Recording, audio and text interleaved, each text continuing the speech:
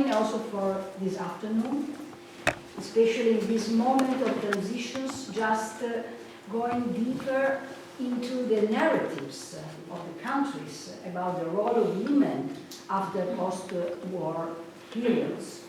I think that you really highlighted in a very stimulating way what was the narratives and what is the reality going into social history, generation conflicts, mothers and daughters, but also mothers that pushed daughters into a better life, into improvement of education and better way of life. I think that we have to discuss a lot also about new professions, administration, state administrations, welfare state, and now welfare state, new democratic welfare state. Now I'm thinking, of course, also about Italy, also about Germany, and so on, because maybe we have to bear in mind that the big difference maybe is also which is the legacy of the regimes, of course, and how the occupations of this Germany, Italy, also Allied occupation, how all of these influenced, of course, the new professions of women, and how then Italian New Republic managed all of this. I think it's one of the open questions we have to discuss also in this day. So really, thanks a lot for this richful overview, general view that you gave us, and going also deeper into some bigger questions we have to face in these days. So, I don't want to speak anymore, of course, but I open the floor to the discussion. Please, we have time for the first time in our life, because usually we are always running, but we have time today. Thank you for a superb paper and for showing us the different faces of militancy, because usually it's such a stereotypical image. And also the variations between the private and the political, the public. You touched very briefly on women being enfranchised in the 1920s, and of course that was also a gradual development. And of course, having researched a lot about suffragists, my most important question is how many, especially in the 1930s, and this I wouldn't say awakening of women's political agency. And in your books, you mentioned a little bit in oral histories that they were aware of how they got the vote. But I was wondering, and I came across it in my own research, which is more in the United States and in Austria. But I was wondering if you could maybe elaborate a little bit more on the oral history where these women then also, in a way, they felt formally empowered. And of course, you rightfully mentioned the jure is never de facto. You have, even if you have a right, you have to fight for it. But how much did the right to vote, the gaining the franchise after so much blood and tears and struggle, where a lot of what working women were involved in, and usually you see the top-notch posh ladies, but working women were marching after 15-hour shifts on the streets. So how much did that enter their autobiographies, their narratives, their egotists? Thank you, Dagmar. Yeah, that's so interesting. Yeah, as you rightly say, women didn't get the vote on the same terms as men until 1928 in the UK, and so the feminist fight for that goes on right through the 1920s. And I think you're right. I think it has a huge impact on women, particularly on women who became politically active and involved in the trade unions, the Labour Party, the Labour movement more generally in the 1920s, and fought for that right to vote. Very often their activism then becomes very focused in new ways on lobbying the government and pressuring the government for example, better provision for maternal health, better provision for infants in nursery care in the 1930s. I think also that in terms of the oral testimonies of women growing up in the 1920s and 30s, definitely something that you see is, I talked about the sense of entitlement to do with the post-Second World War welfare state. It's there in a more minor way with women who grew up in the 1930s. And to be honest, I can't disentangle how much of that is about them entering a world where they know they have the vote, and how much of it is about two other developments. One that I touched on, which is the expansion of new forms of employment in light manufacturing industry, and the other is the growth of local government. Women were able to vote in local council elections in the late 19th century. In the 1920s and 1930s, the national conservative governments were often in strong opposition to Labour-controlled large urban local authorities, which by the 30s were introducing really incredible reforms, which then really were in embryo the kind of welfare state that was developed after 1945. And I think, say, the expansion of secondary education in some of those authorities, the expansion of council housing, was something that then did give those younger women a sense that politics matters and that they were entitled to a different sort of life. Thanks a lot. Other questions? Yeah. Hello, and thank you for your interesting lecture. While listening, I had another question. You mentioned that women after the Second World War were very much active actors in politics, but I was interested during the lecture. You mentioned that after the Second World War, the servants became basically the immigrants from Europe. But did that basically emphasize any changes in social politics? For example, if women now had problems, for example, in the 70s, finding the servants, and if there was any changes regarding kindergartens or daycare centers for children. Yeah, so interesting. Thank you.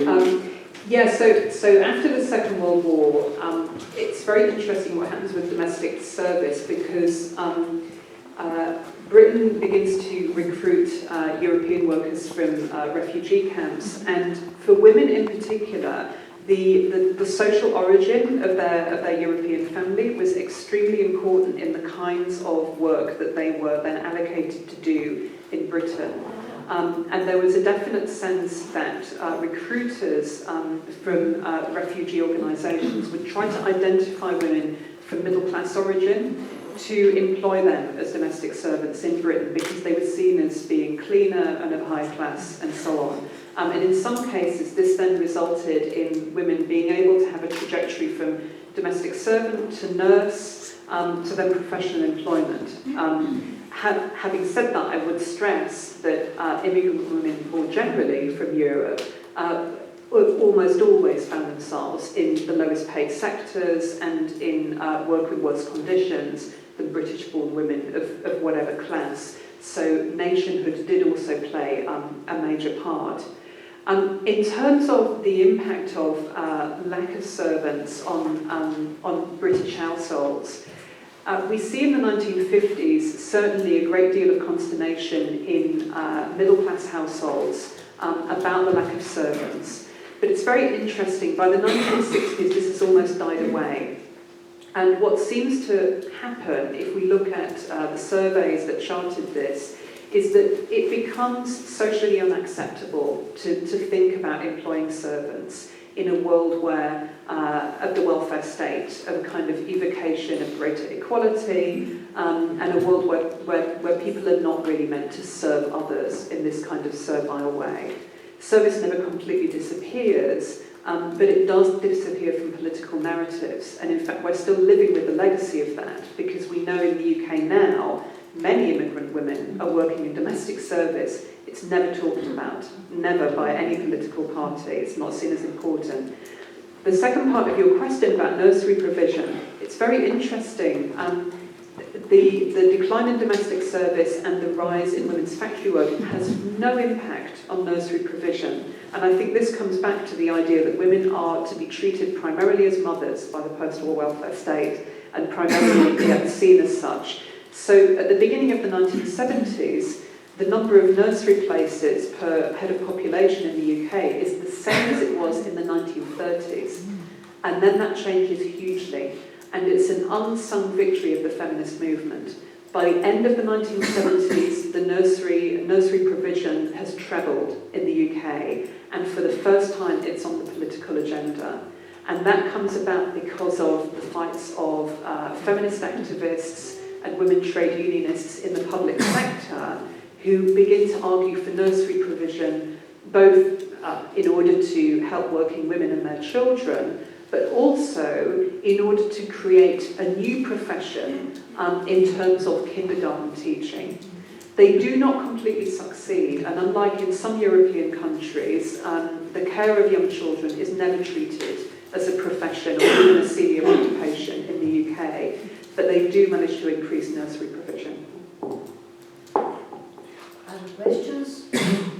Just to add to this, are these kindergartners or nursery centers viewed as something socialist, for example, in the 50s or even later from different actors, maybe even feminists and so on? Yeah, thank you. Yes, very much so, and it's a new development and one that is very definitely linked to the Cold War. In the 1920s and 1930s, nursery and kindergarten provision increased as a result of the Labour local authorities holding power in some urban areas. But despite the fact that this was a Labour development, it was seen as a universal social good, and certainly by the end of the 1930s, both major political parties in Britain are advocating that kind of childcare in the way that they're advocating expansion of education and of healthcare, which were also things introduced by Labour local authorities.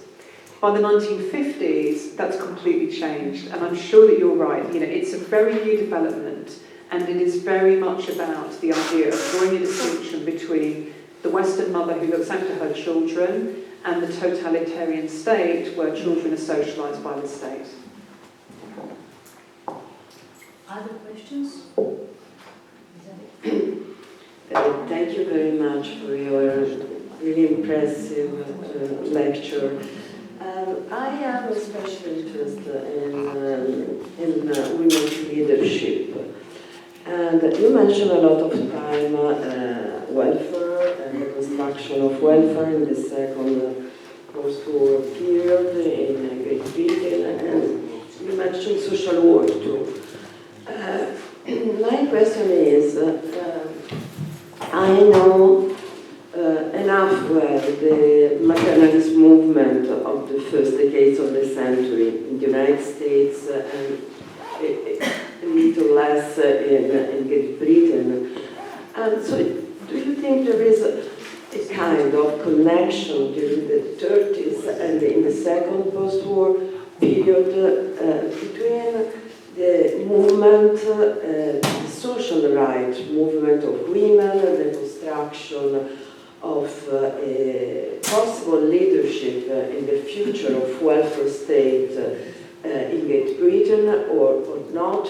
There are some women that they were the same, and so they constitute a kind of bridge between the first period and the Second World War or not, and this is possible to configure this protagonism as leadership or not? Thank you very much. Yes, there definitely are some continuities in two ways. Firstly, with women in the Labour movement, and specifically in the Labour Party at parliamentary level and in local government, some of whom had been very influential in campaigns for example, nursery care in the 1920s and 1930s, and then entered Parliament in the years after the Second World War and were able to take those fights further. Another continuity, particularly in social welfare and social work, which is very important, is that the middle-class women who were able to enter social work in the 1920s and 1930s, at which point I should say social work was still very often seen as voluntary work, wasn't necessarily paid, although there were some paid positions. But during the Second World War, social work became incredibly important in the UK, partly because of the bombing and the need to think about social welfare. And those women began to get university positions, most prominently at the London School of Economics.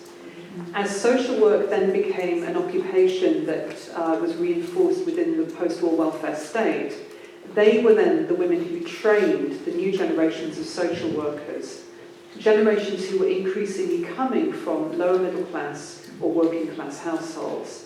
So they had a great deal of power. And I've been lucky enough to look at the records of some of the social workers who came through. And what's interesting is that they get from that older generation of women, they're very different generations. Yet the older women are often very reflective about the fact that they went into social work almost as a kind of benevolent, charitable gesture. But nevertheless have changed their views over the years, are very much in favour of a more egalitarian welfare state by the late 1940s. The younger generation see themselves, as I said in the lecture, as giving back to the community that they came from and empowering the community they came from. But they find common cause, these two generations of women, around feminism. And one of the things that the older generation imparts to the women they train is a sense that finding other women and uniting with them is going to be a way to make it in a male-dominated world. That ends in the late 1950s, however, because there is huge male backlash against social work. And I said repeatedly in the lecture, women do best where they're not directly competing with men. In the 1950s, university social work departments become male-dominated, and say at the London School of Economics, the social scientist Richard Titmuss is highly instrumental in forcing women out, forcing that older generation of women out. That's linked to a kind of allied development whereby until the late 1950s, a lot of social science in Britain is centred around, as I said in the lecture, studies of community, studies of neighbourhood, and so on. Now, clearly women can make a contribution as scholars and as social workers to those kinds of studies, and they did, very important contributions. One called Pearl Jeffcott produced a number of really important social surveys. But what we see in the 1950s is the rise of a new generation of upwardly mobile working class men who begin to argue that social science should focus on social mobility, and that the people who are experts in that are themselves, because they've come from working class backgrounds and now they are, academics and so on.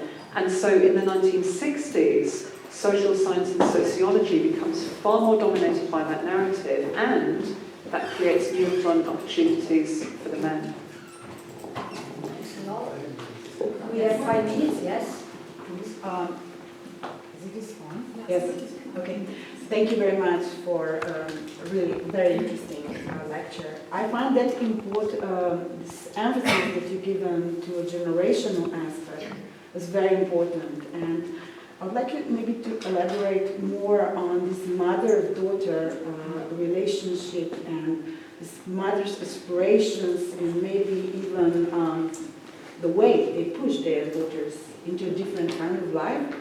Because you had this insight from personal narratives, and maybe also to think about what was the role of a father, because I find from my interviews that fathers in many cases limited their daughters' choices. Yes, thank you very much. I found that in my interviews and then the archived personal testimonies that I looked at, one of the things that was really interesting about the fathers, beginning with them first of all, is that the ones who had suffered profound disappointments or dislocations during the Second World War or earlier as a result of 1930s unemployment, were often very cautious or even hostile to their daughters' opportunities. I think the caution came from a sense of if you reach too high, you've got further to fall. But also there was a kind of sense for them very often of wanting to return to a mythical normality where women stayed at home and men went out and were the breadwinners. As I tried to suggest, that was never really normality in most regions of the UK, but it was an image which many disappointed men came out of the Second World War wanting to have. And of course, that's not really an image that is going to lend support to daughters' aspirations.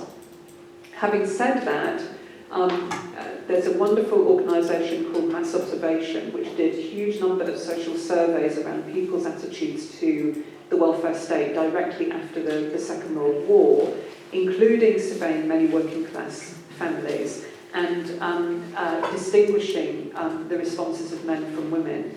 And what became clear in their surveys on education is that both men and women wanted their daughters as well as their sons to have more education. The difference was that they couldn't always see where the daughters would go with it because their own generation had had so few opportunities. And so again, sometimes the caution would come in about, how far should one really invest in a daughter's education? What was it for?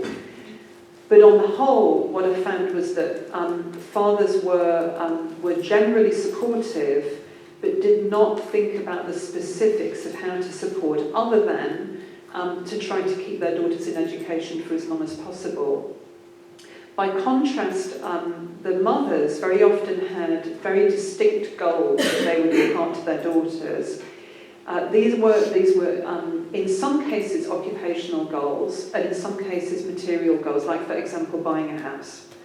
And very often, if we trace back in the mothers' lives and look at their generation, what we find is that these were the ambitions that they had had for themselves in the 1920s or 1930s that had then been prevented by poverty. And so they had very distinct daydreams about becoming a teacher or owning their own house that they then imparted to their daughter in the 1950s. Having said that, I don't want to present too romantic a picture of this generation. I said in my talk that I dispute the idea that the young women who then become militant feminists are rebelling against the older generation. I don't think that they are. I think that they identify with the older generation on the grounds of class as well as sex. Having said that, there's a great deal of resentment and tension, because it's one thing to tell your daughter, I want you to have a better life and I'm going to work to make sure you get it.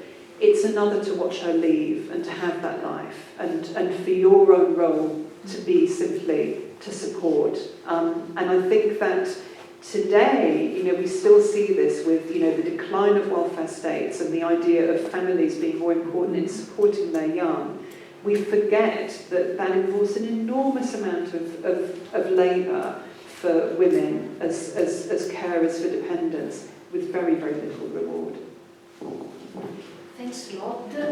If there are no other questions, I have just a little brief question, 2 minutes, I think.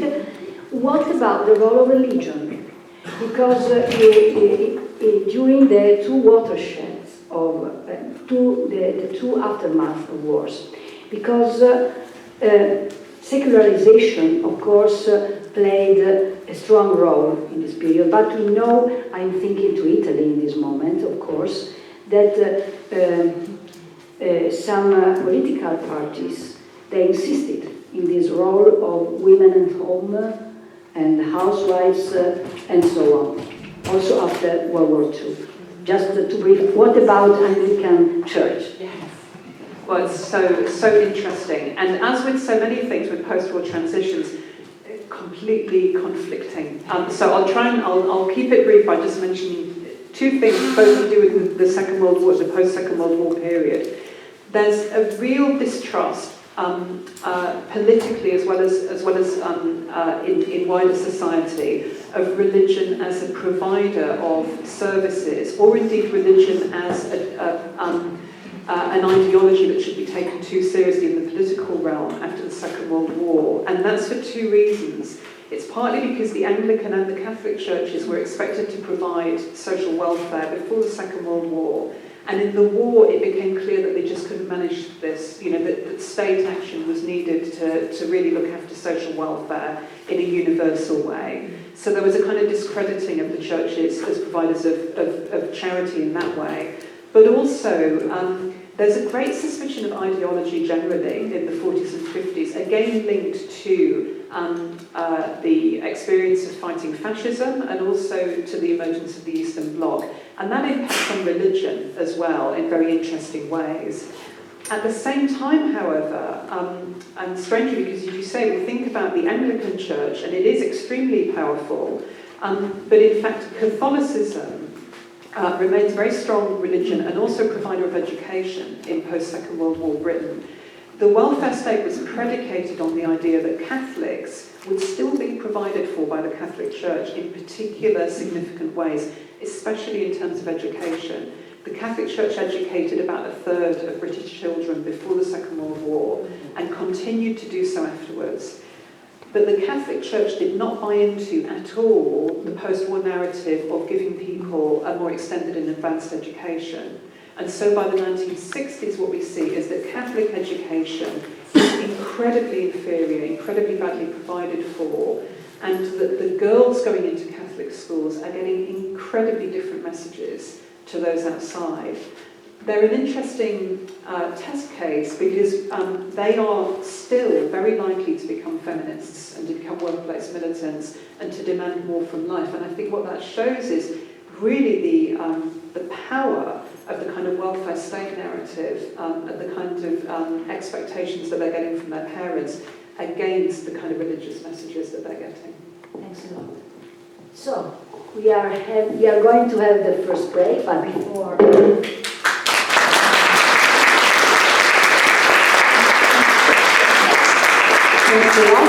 And Elisabetta Vezzosi just to say something that she forgot before. Sorry, I forgot my little short introduction to say that the Department of Humanities has a gift for the participants because we are launching a campaign for a plastic-free world, as many others, and so you have PET's plastic, so you can refill, hopefully with public water, your bottle, and we hope that you use this bottle for your life, for a long time for your life.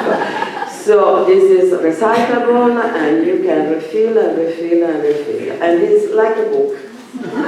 The space is like a book. Yes, we have now quarter of an hour. There is a coffee break. Thanks a lot. Paolo, fai pure coffee. Oh, you made it. Straight.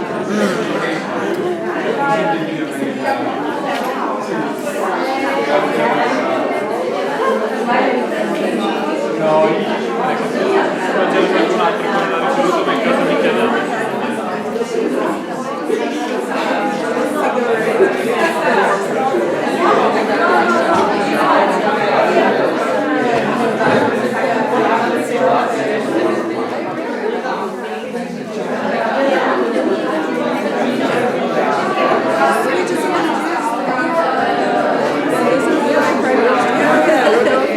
I don't know if I did.